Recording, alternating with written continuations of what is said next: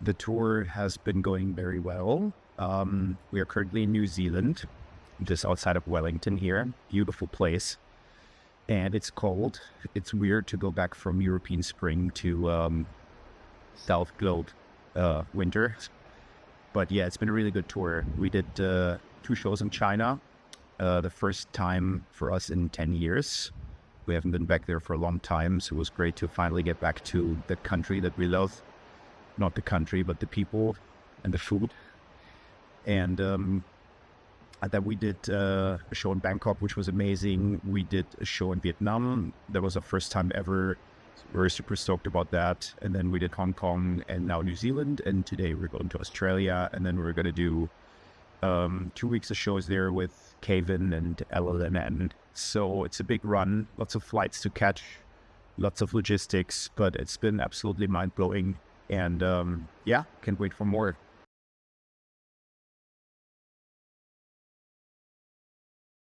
Bipolar Architecture. I'm very much looking forward to seeing those guys play live in their home country. I discovered them in Berlin. And have been a fan of their music ever since. Their first record, or the previous record, is really, really good. And the one we released this year via Paleontology is outstanding, has been very well received. And I think they appeal to most ocean fans. Their cocktail of post-rock and post-metal is just really intriguing and kind of like hits the nail of what everyone who's into the ocean probably loves about music. So I'm sure our fans will like them. And I've seen them live only once in Berlin, in a very small venue under not ideal conditions. So it's going to be great to finally get to watch them perform on a big stage. They have a phenomenal drummer. All the guitar work is really, really good. Bass as well. And the vocals are ferocious. And they do take a similar approach to writing lyrics in terms of covering a lot of philosophical stuff as well. So I think there's a lot of similarities between our bands, and I can't wait to see them in Istanbul.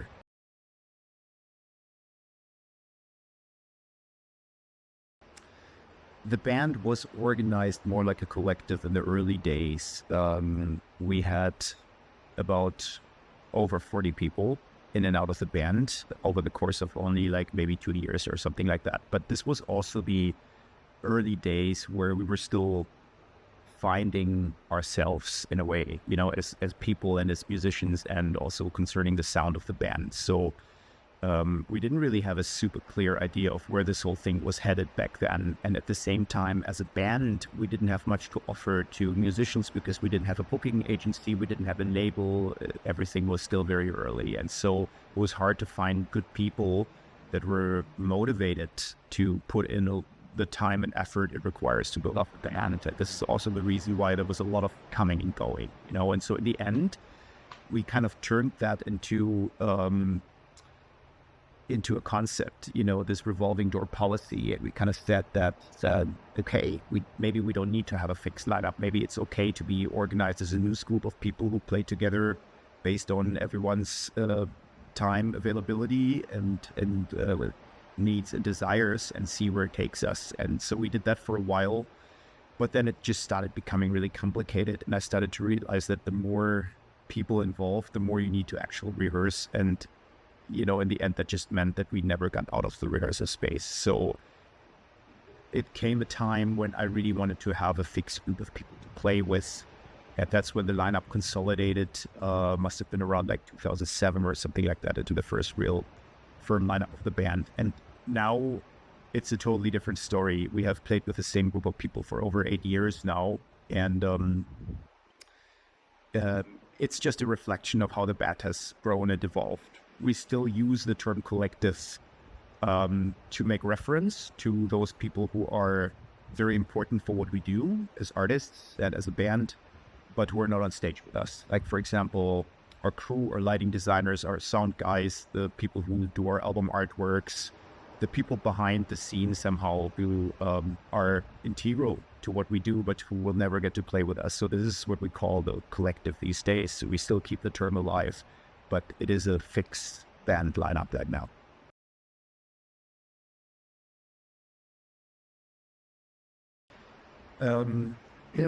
I do have some sort of an academic background. I studied philosophy and geology. I have a master in philosophy. But it became clear throughout my studies that, like, parallel to that, music had just become very important throughout the time that I was studying. And I reached a point when I felt like I have to make a decision for either one of the two. Otherwise, I'm just not going to get anywhere and do everything half-baked and half-assed. And so I was struggling to finish my studies, knowing that I am not going to pursue a career in that field, and I'm not going to become a scientist or a librarian or whatever. And my heart belongs to music. I wanted to play music. I wanted to tour and to put all of my time and energy resources into this band at the record label, Verecek Records, which I run. So the decision was made against science, but I did study it, and that's because I was always interested in it. And at one point, it made sense to try to combine that with music and with my art, and so that's how, I guess, just naturally a lot of philosophical topics, and later then also a lot of references to Earth history and paleontology, made it into my lyrics and my album concepts. It's all things that I've always been genuinely interested in. That's why I started studying it in the first place, and then to combine that with the art I was creating just made sense at one point. And I initially came across the whole idea of that kind of Earth history focused concept album series that we started with Precambrian back in 2007, and then continued with Phanerozoic 1 and 2 almost a decade later. I initially came across that by just trying to visualize the music that I was writing when I was writing Precambrian, and I was always thinking of these archaic prehistoric landscapes, with erupting volcanoes and streams of lava, and somehow that was kind of like the image that we have of those early days on Earth. And so that's where the initial idea came from. And then I just started using that as a reference in a lot of lyrics and as metaphors in a lot of lyrics, although obviously the lyrics themselves don't talk about rocks flying through the air during the Precambrian era. It's all very personal stuff that is always just like being tackled from different metaphorical angles, basically.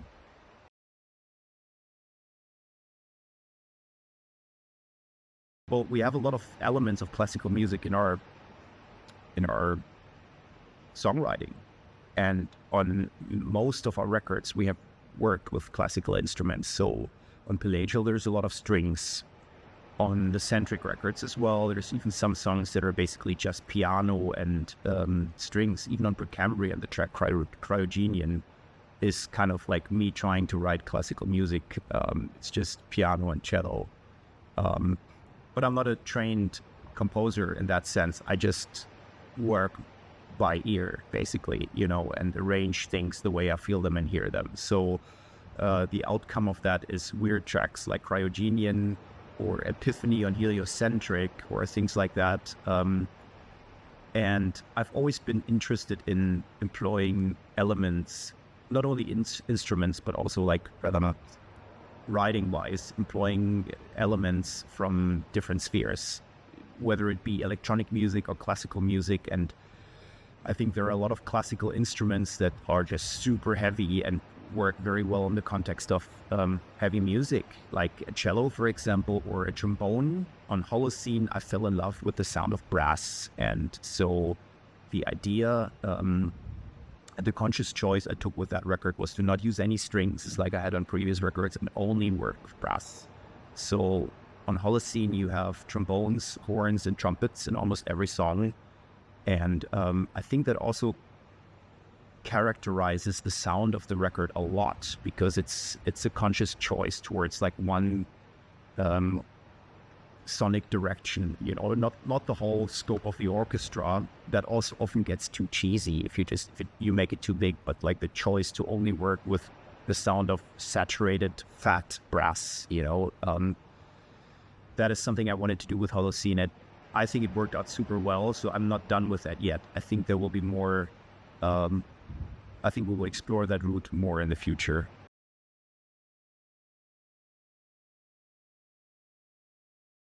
And how did the sound of the ocean evolve or change in time? Well, it's changed a lot. I mean, just go back and listen to our records. You know, if you compare Fog Diver, actually, I think if you compare Fog Diver, our first record, which was instrumental, to Holocene, or maybe the second half of Phanerozoic 2, I can still see certain similarities in the songwriting, in the sound, and the scope of the whole thing.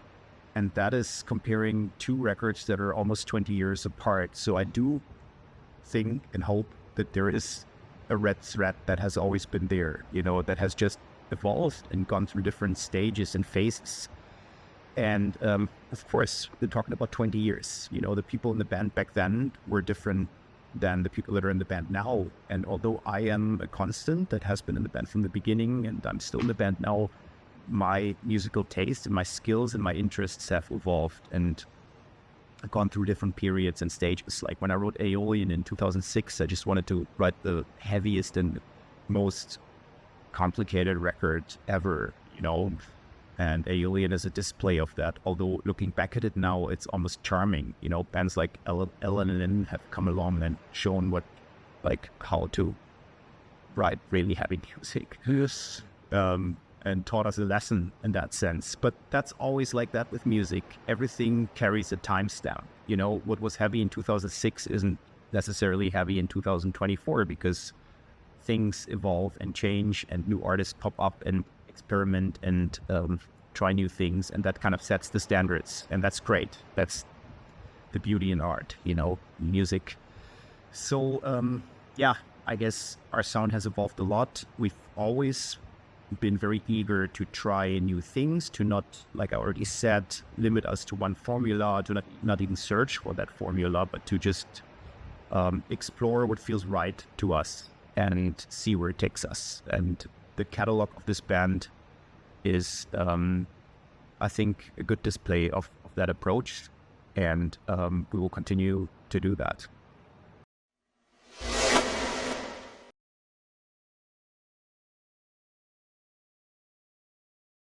What is next for the ocean? I really can't tell you. There is a new album that was written around the same time as Holocene, and we simply have not had time to record it yet. It's in its demo stage, but all the music is pretty much written. And the next step for us will be to record that album. We simply haven't had time to do that because ever since the end of the pandemic, we've been touring pretty much nonstop. And we've wanted to focus on Holocene first because we felt that this record connects both musically and conceptually very well with the end of Phanerozoic 2. And so it made sense to focus on that first.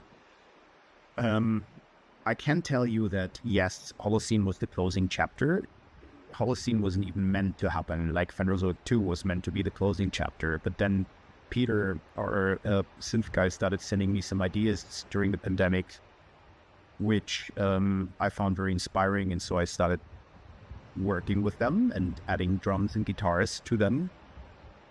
And at one point, we both realized that this is an ocean album, and it kind of like makes a perfect connection with the end of Phanerozoic 2, which had already become more electronic and kind of fast and sound, and that's how the Holocene material started sounding. So we were like, okay, let's add another chapter to this. Also conceptually, it made sense to dive deeper into the Holocene period, which is the period where man appeared on the face of the earth eventually. And so this is how this whole album came about. It wasn't really planned for. It wasn't really something that we had long plotted out. It's just something that happened, and all of a sudden it was there. And that being said, there will not be another chapter continuing along the paleontology or Earth history inspired album concept series. We're really done with that, and it's time for something new. And I can't tell you yet in which direction it's going to go because the music is there, but I haven't started writing lyrics on vocals yet. So this will be the next step, and it will definitely be a departure. Also musically, it will be different from Holocene. So anyone who thinks that this is the direction where the band is headed now, it's not. Holocene was a conscious experiment, and one that we're very proud of, and that feels very good to play live, but it's not necessarily a direction for things to come. And this is very important for us, to always keep all doors open and to allow us to, reinvent ourselves with every new record, and not to follow a formula, even if it's our own formula. So we'll see where it takes us.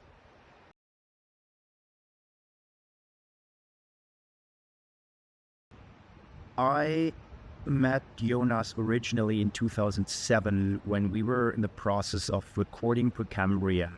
And back then, Katatonia were in the studio recording The Great Cold Distance, which then became a very influential record for me.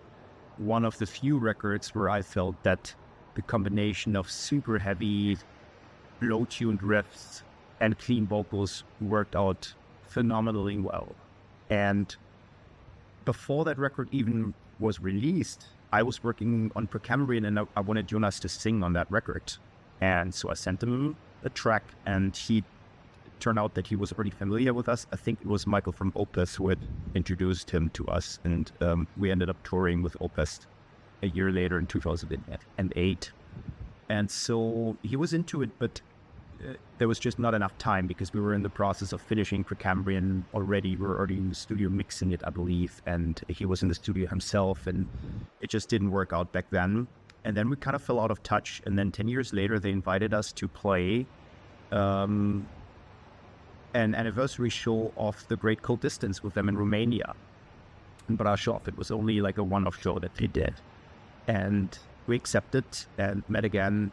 And then I revisited these old conversations that I honestly didn't even remember back then. And I was like, yes, we were in touch 10 years ago and we're talking about doing a collaboration. So I picked it up again with him and sent him that track that he ended up singing on, Devonian, of Phanerozoic 1. And he was into it, and he sent us back vocal ideas when we were in Iceland tracking drums for the Phanerozoic records.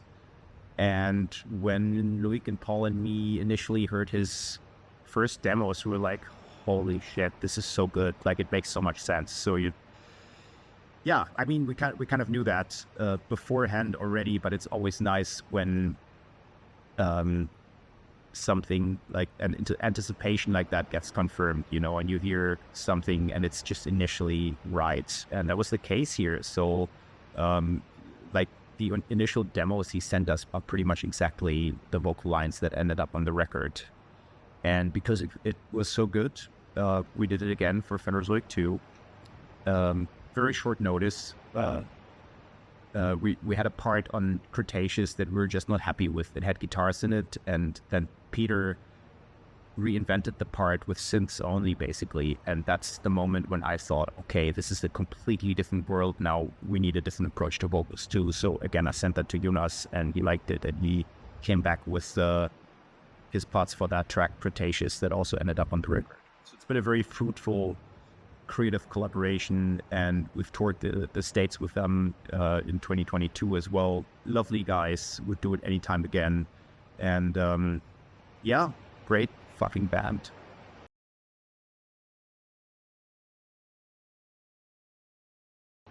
The way I write music is that I always write the music instrumental first, and then vocals and like vocal lines and lyrics are the last link in the chain to be added. So every Ocean song is originally instrumental. And often when vocals are being added, when Loic and me start working on vocal lines, the songs really transform in a good way. It's a whole new level, a whole new dimension that is opening up often when you start working on vocals and adding vocals to the tracks, but it also transforms them. And I'm usually quite attached to the initial feeling that I have attached to a song in its instrumental primal state. And so I did not want to let go of that when I started working on vocals with Loic quite often. You know, I was like, this is great. What we're doing here is great, but it also works without. And so that's where the idea initially came from, to just release parallel instrumental versions that are not meant to be in competition with the vocal versions. They're just a different take on the same musical essence, you know? And so I think it's always very interesting to allow people to have that alternative perspective, you know, especially when you initially listen to the vocal versions and this is what you have in your head, this is what you're used to, and then you take the vocals away, it opens up doors into a different world somehow, because we are so conditioned to focus on vocals in our musical upbringing and our Occidental musical culture and pop and rock and everything. Like, we're constantly trained on focusing on lead vocals, and as soon as you take that away, we get confused, you know, and this is when interesting things are being discovered. This is when people start paying attention to the actual underlying music a lot more. And I like to do that. I like to offer two versions, one with vocals, one without. And then, also, if I look at my own listening habits, I listen to a lot of instrumental music, you know, a lot of post-rock and crowd rock and a lot of instrumental stuff. Sometimes I'm just in the mood for that, and it's just nice to have two different versions available. So we started doing that relatively early, initially already with Heliocentric, and we will always continue to do that and to offer our albums as instrumentals.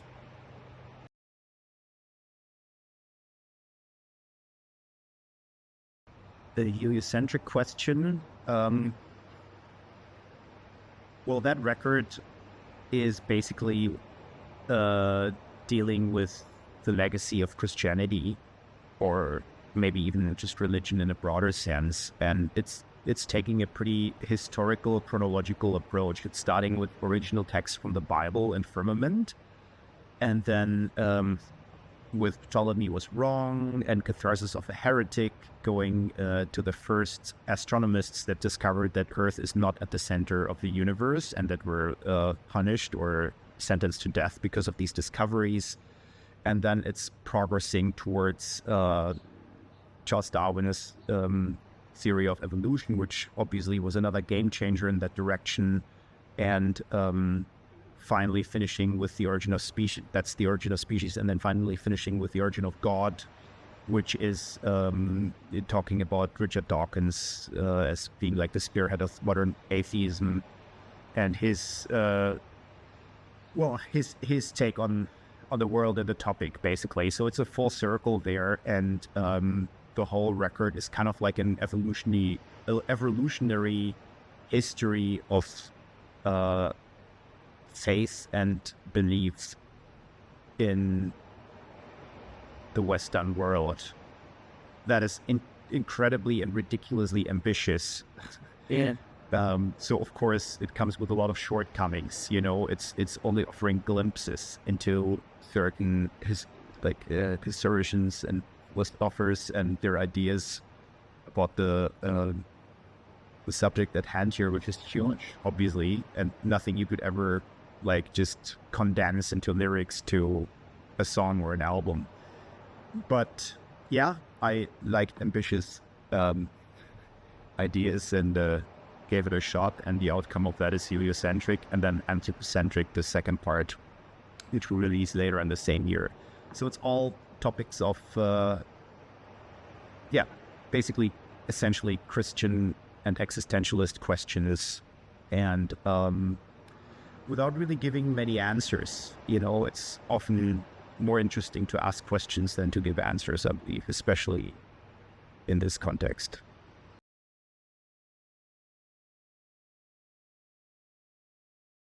I grew up in the late 90s as a hardcore kid in the hardcore scene, listening to a lot of bands like Unbroken, background were Froschstock in the early days and later breached and refused. And then I discovered Neurosis and got into the more heavy and abrasive side of experimental guitar music. And at the same time, I was always listening to the Swans, who have been a huge influence for me. And also a lot of completely different stuff. Like, I was a big fan of Tori Amos, for example. I listened to a lot of classical music. And so, yeah, it's impossible to nail it down to just a few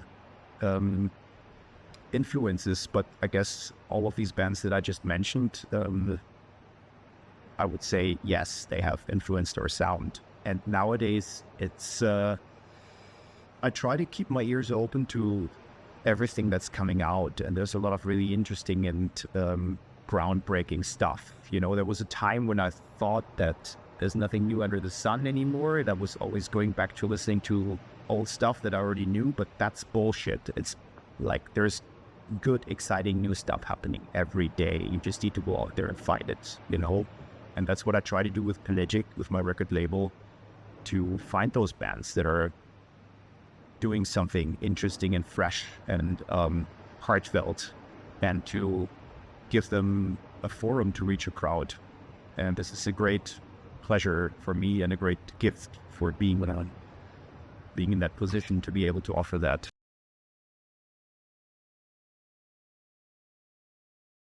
Favorite ocean track to play live? Well, there is a bunch. I guess, to be fair, Jurassic Cretaceous is a track that we usually play last in the set, and I don't think we will ever get rid of it, because people always want to hear that, and it's just such a beast of a song that is very interesting to play, because it's so diverse, and it goes through so many different stages and moods and shifting musical paradigms, you know, that it's just always super nice and super interesting to play. But everything you do too many times essentially gets boring. So I think we have to be careful about that. And a very different track that I also really enjoy lately is Sea of Reeds, third track on Holocene. Totally different game, very quiet, very mellow. Doesn't really have like a big epic ending, you know, it's just like a song that starts quiet and finishes almost the same way, and the dynamic build-up is very casual and very slow. But it's just a different challenge from playing heavy riffs, and I enjoy that very much. And Holocene is a display of that, you know, that we want to not just always be a riff band, but that we also enjoy just looking at music from different angles and looking at ourselves playing music from different angles. And sometimes you don't even immediately feel comfortable at it, but you kind of like push yourself to try it, and then you realize, holy shit, this is awesome actually, you know. And like Sea of Reeds is a bit of that track, something that happened because of a lucky mistake when I was rearranging some of Peter's ideas that he had sent me, and the outcome was like, oh, this is weird, but it's good, you know. And then the whole thing was built on that, basically.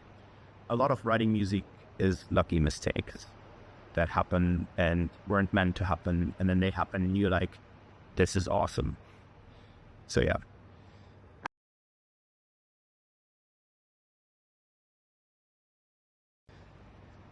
All right. We're super excited about returning to Turkey after 9 years. I believe our first and last time ever was in 2015 when we played Istanbul with Mono. And we never came back since, and that was not a conscious choice. I love Istanbul. I've been 4 times, and it's just an intriguing city in so many ways, and a city I'm always very happy to go back to. Actually, the lyrics to Permian, The Great Dying, were written while crossing the Bosphorus on a ferry. Just a random side note. So, yeah, I'm very excited about returning to your city and seeing what has changed in the past 8 or 9 years since I've been there the last time, and hopefully get to spend a little bit of extra time to explore. So yeah, we'll see you at the show, make sure to be there early and check out Bipolar Architecture. They're a phenomenal band. And see you soon.